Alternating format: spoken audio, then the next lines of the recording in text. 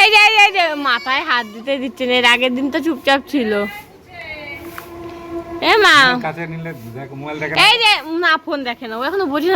সকালবেলা সবেমাত্র বাসি কাজ কমপ্লিট করেছি। এদিকে দেবাংশী চুল কাটতে চলে এসেছে। তো দেবাংশী তো দুষ্টুমি করছে, বসে থাকছে না, কান্না করছিল। তো দেবাংশীকে সবাই ভুলিয়ে রাখছে। তো দেবাংশীকে তারপরে স্নান টান করিয়ে অনেক বেলা হয়ে গেছে সকালে রান্না করতে। দেবাংশীর ঠাম্মি আজকে হাঁসের ডিমের তরকারি দিয়েছিল সকালে, তাই দিয়ে দেবাংশীর বাবাকে সকালে ভাত খেতে দিয়ে দিলাম। তো আমি স্কুলের যে খিচুড়িটা ছিল দেবাংশীর, আমি সেটাই খেয়েছি সকালে। তো তারপরে দেবাংশীর বাবা দেখি বাজারে গেছিলো, একটা 14 কেজি ওজনের কাতলা মাছ ছিল। সেই মাছটা দেখে ওর খুব পছন্দ হয়েছে। তো ও অল্প করে 4 পিস মতন মাছ নিয়ে এসেছে। তো আমাকে বললো আলু বেগুন দিয়ে মাছের ঝোল করো। তো আমি ভাবলাম যে তাহলে মাছের ঝোল আর একটু লাল শাক করবো, আর বেশি কিছু করব না। তো এখন অনেকটাই বেলা হয়ে গেছে, এখন মনে হয় তাও 12টা মতন বাজে। তো আমি তাড়াতাড়ি করে সবজিগুলো আগে কেটে নিচ্ছি, তারপরে আমি শাকটা কাটবো, কাটার পর রান্নাবাড়া করব। তো অন্য দিন যেমন তেমন আজকে দেবাংশীর বাবা মানে মাছটা এনেছে, খুব আশা করে যে একটুখানি জমিয়ে রান্না করব, ও খাওয়াবে দুপুরবেলায়। তো আমার আরও টেনশান হচ্ছে, যখন কেউ বলে না আমাকে যে তাড়াতাড়ি মানে সুন্দর করে রান্না করবে, তখন আমার টেনশানে রান্নাবাড়া আরও খুব খারাপ হয়ে যায়। যেহেতু ও বলল যে মানে সুন্দর করে রান্না করো, তো দেখি আমি এই যে মশলা টশলা করছি, কেমন হবে জানি না তরকারি, ভয়ে ভয়ে করছি রান্নাটা। একদম অল্প মশলা, মিক্সিতে কি করব, আমার মিক্সিতে মানে অল্প মশলা হয় না। তো শিলে মশলা করলে না মানে মশলা তরকারি স্বাদটা বেশি ভালোই হয়। আর দেবাংশীর বাবা খুব পছন্দ করে শিলে মশলা করে তরকারি করলে। আজকে অনেক দেরি হয়ে গেছে, কিন্তু কি করব, বেশিক্ষণ লাগবে না, কতক্ষণ আর লাগবে শিলে করতে মশলা। তো এই যে মশলাটা করে নিই, আদা জিরে টমেটো আর শুকনো লঙ্কা বাটবো, বেটে রান্না করব। তো দেখো তোমরা দেখতে থাকো, আমি রান্না করি, রান্না না মশলাটা করি। ঠিক আছে, মশলাটা হয়ে যায়, তারপর আবার আসছি, অন হচ্ছি, বাই। হয়ে গেছে মশলা, কতক্ষণ লাগলো, এই শিলনোড়াটা ধুয়ে নিই, ধুয়ে তুলে রাখি, রান্না বসাবো আবার। আজকে জানি না কখন রান্না হবে, কখন খাওয়া দাওয়া করবো। বাবা রে, শিলটা ভালো ভালো। এইখানটা দেখো জল করে কি অবস্থা হয়েছে, এই জায়গাটা মুছে নিই। আমি যেমন ঘোরা ক্যামেরা, এই জায়গাটা জল পরে একদম ভর্তি হয়ে গেছে, মশলা শিল ধুতে যে এই জায়গাটা একটু মুছে নিই। দেবাংশীও পড়বে, আমি হয়তো কখন তাড়াহুড়ো করতে যাবো, স্লিপ কেটে পড়ে যাবো। ইস কি অবস্থা হলো জল পরে, এর জন্য আমার ভালো লাগে না এখানে। আর ওই ভারী শিল না, ওখানে টেনে নিয়ে ওদিকে যে করবো, চাইনিজটার অসুবিধা। দেখো কোথায় জল চলে গেছে।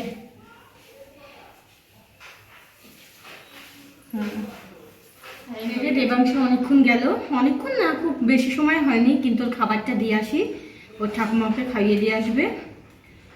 ও খেয়ে দিয়ে যদি একটু ঘুমায়, তাহলে একটু আবার নিশ্চিন্তে কাজ করা যায়। ওই বাড়িতে নিশ্চয়ই দুষ্টুমি করছে খুব। তো খাবারটা গুলিয়ে দিয়ে আসি, দেখি। এখন বাপের বাড়ি থেকে যবে থেকে এসেছি না, তবে থেকে এত খ্যান খ্যান করে। আগে তো সবার কাছে থাকতো, এখন কারো কাছে যায় না, সব সময় আমার পেছনে পেছনে ঘুরবে, আমার সাথে থাকবে, আমাকে ছাড়বে না। এর জন্য আমার খুব অসুবিধা হয়, অনেক দেরি হয় কাজ করতে, মানে কাজ করে শেষ করতে পারি না, সারাদিন কাজ কাজ, আর ভালো লাগে না আমার।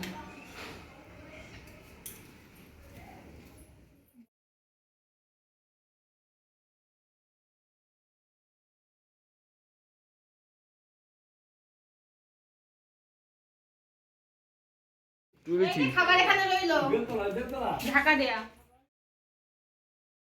তেল পুরো গরম হয়ে গেছে, গ্যাসে তেল বসিয়ে ওই বাড়িতে গেছি। আলুগুলো একটু ভেজে নিই তাড়াতাড়ি করে।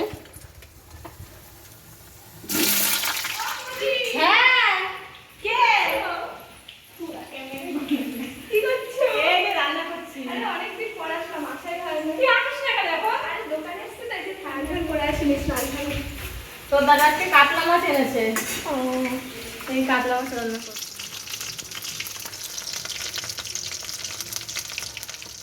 দেবাংশী এখন ঘুমিয়ে পড়েছে, আর আমি নিশ্চিন্তে, এখন কোনো চাপ নেই, ধীরে সুস্থে রান্না করি। কাজ অনেক আছে এখনও, তবে ধীরে সুস্থে আস্তে আস্তে রান্নাটা কমপ্লিট করি। জানি না কেমন হবে রান্না, আমি তো মন দিয়েই করছি রান্নাটা।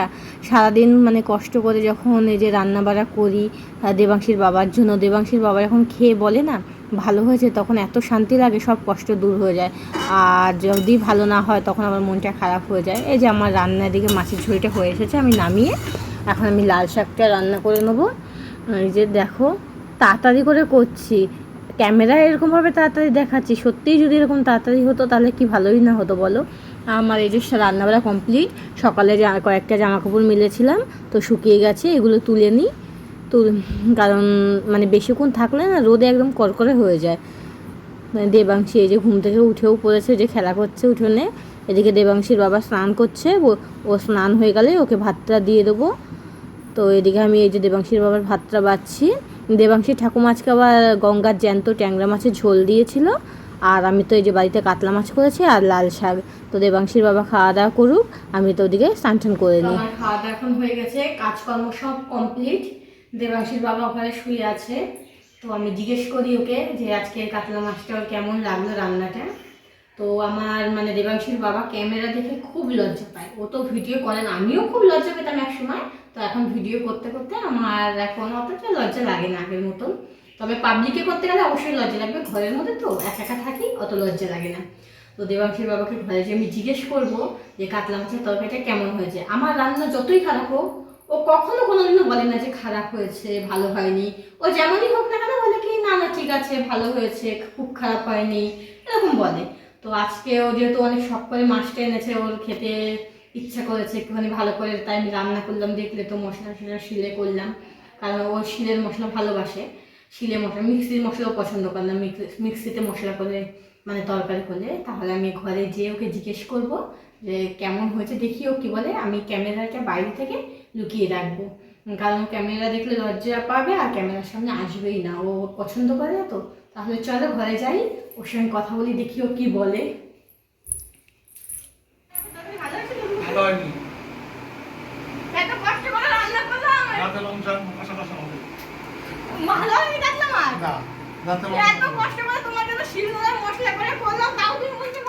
সন্ধ্যাবেলায় দেবাংশী ঠাকুমা দুখানা রুটি, একটু নিরামিষ তরকারি আর একটু চপ মনে হয় না বেগুনি দিয়েছে। তো এটা পরে খাবো, এখন রেখে দিই আমি। দেখো কাতলা মাছ বলে ভালো লাগেনি বাবু, তার জন্য এখন মাংস আনতে গেছে, বলছে সব গুছিয়ে রাখো, আমি মাংস নিয়ে আসছি, রান্না করবে। তো ভাবলাম সন্ধ্যাবেলা সারাদিন কাজ করার পরে একটু বিশ্রাম নেবো, একটু শর্ট ভিডিও করব, একটু ফোনে গল্প করবো, টিভি দেখবো। তো তার উপায় নেই, এই যে এখন রান্নার জোগাড় করতে হবে। ভালো লাগে না, সত্যি বলছি, বাপের বাড়ি 10 দিন ছিলাম, খুব ভালো ছিলাম, খুব শান্তিতে ছিলাম। ও মাংস নিয়ে চলে এসেছে, তো আমি মাংসটা একটু ধুয়ে নিই ভালো করে পরিষ্কার করে। দেখো কিভাবে কাজ করতে হয়, বেসিনটা কোথায়, একদম সিঁড়ি নিচে, মানে নিচু হয়ে। আমার ভালো লাগে না এখানে কাজ করতে, অবশ্য করে রান্না করতে হবে আর ভালো লাগে না। দেখো ভালো করে জলও পড়ছে না কল থেকে, তাড়াহুড়োর সময় কিচ্ছু করা যায় না ঠিকভাবে, একদম মাথা নিচু করে আমার কাজ করতে হয়। আলুটা কেটে নিই, তারপরে তোমার পেঁয়াজ আদা রসুনগুলো সব মানে গুছিয়ে নেবো কেটে। আর শিলনোড়ায় মশলা করব না, এবার আমি মিক্সিতে মশলা করব। শিলনোড়ায় এত সুন্দর করে মশলা করে দিলাম, করে তরকারি করলাম। আর ওই বাড়িতে তরকারি দিয়েছিলাম, খেয়ে ওরা বললো না ভালো হয়েছে। আর এদিকে দেবাংশীর বাবা বলছে ভালো হয়নি তরকারি। আজকে মিক্সিতে মশলা করব, আমার অত টাইম নেই, ভালো লাগে না এখন আর করতে রান্না বাড়া। আদা যা আছে হয়ে যাবে, টমেটো হলে ভালো হতো না, কি করে আজকে মিক্সিতে মশলা করে করবো না কেন? আমার রান্না করতে একদম ভালো লাগছে না, তোমরাই বলো। সারাদিন কাজকর্ম করার পর সন্ধ্যার টাইমে সবাই একটু বিশ্রাম নেয়, সবাই একটু নিজের মতন করে সময় কাটায়, আর এই সময় যদি বলে আবার রান্না করতে ভালো লাগে, আমার একদম ভালো লাগছে না রান্না করতে। আজকে কী করবো, করতেই হবে, খেতে চেয়েছে, ওর বলে তরকারি ভালো লাগেনি, আমি খেলাম, আমার না খুব একটা খারাপ লাগলো না, ভালোই হয়েছে। এর থেকে আর কত ভালো করে মানুষ কি জানি।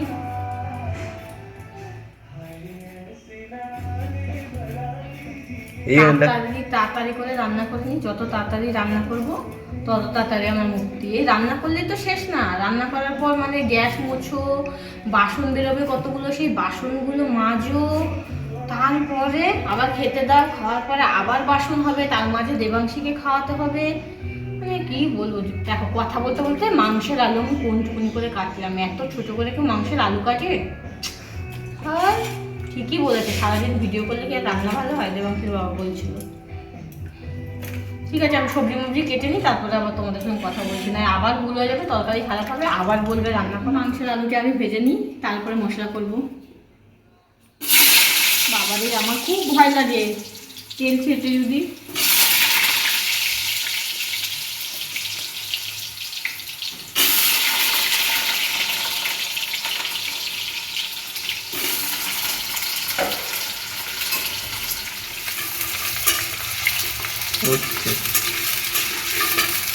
ভালো হয়েছে রান্নাটা।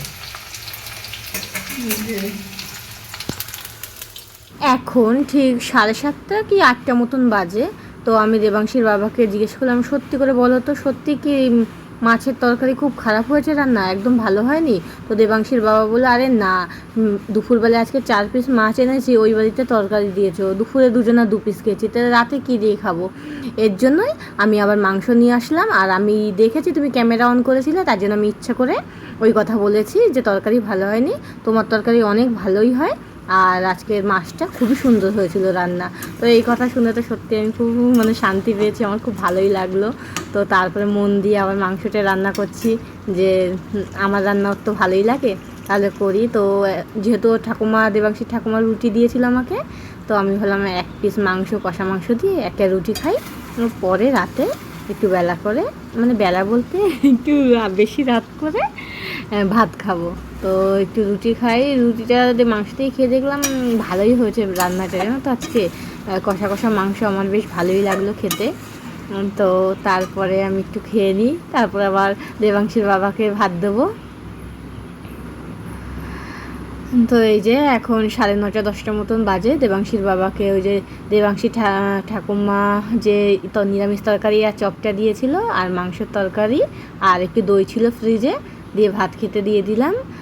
আর তো দেবাংশীর বাবা দেখি খেয়ে কী বলে, আমার তো ভালোই লাগলো মাংসটা, দেখি ও যা বলবে তাই শুনে আমার শান্তি।